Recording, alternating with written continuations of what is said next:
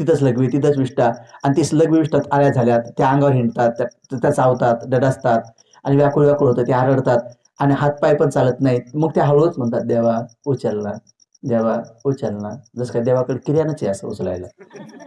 म्हणतात घडी घडी बरं म्हणतात, पण तरी मरत नाही. बघा, त्या म्हणतात मी मारायचं तरी मरत नाही.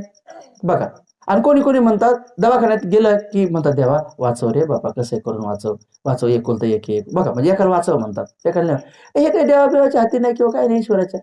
म्हणून आपण या सगळ्या दुःखाला पाहिल्यानंतर ना मनात उत्पन्न झालंच पाहिजे की बुद्धाने ज्या ज्या गोष्टीची प्रशंसा केली, तर भगवंताने त्याला नाव दिले निर्वाण. त्याचंच नाव आहे निब्बाण. त्यालाच म्हणतात स्पॉटलेस लाईफ, म्हणजे जिथं दुःख नावाचा लवलेश नाही. निब्बाणाची व्याख्या काय केली? निब्बाणाला सुख नाही म्हटलं भगवंतानी, कारण सुखामध्ये दुःख आहे, सुखात दुःख आहे.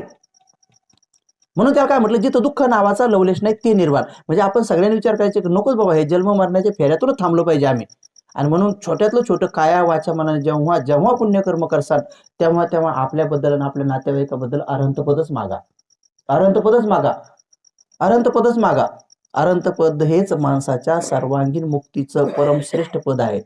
जिथं भगवान काय म्हटले, पृथ्वी आणि देवलोक या दोन्ही राज्याचं राज्य जर कदाचित कोणाला दिलं आणि कदाचित तो माणूस सुख भोगू लागला, तर ते सुख काहीच नाही ह्या निर्वाण सुखापुढं.